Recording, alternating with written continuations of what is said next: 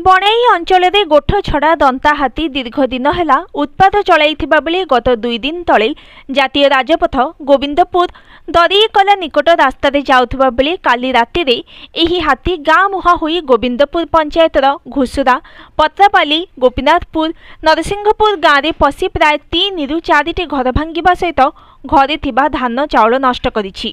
One विभाग हाथीटी को राति अन्यत्र खोजुवा बेले एही वन विभाग को चाकमा देखाई एही गाँ को आसी जाइथिला।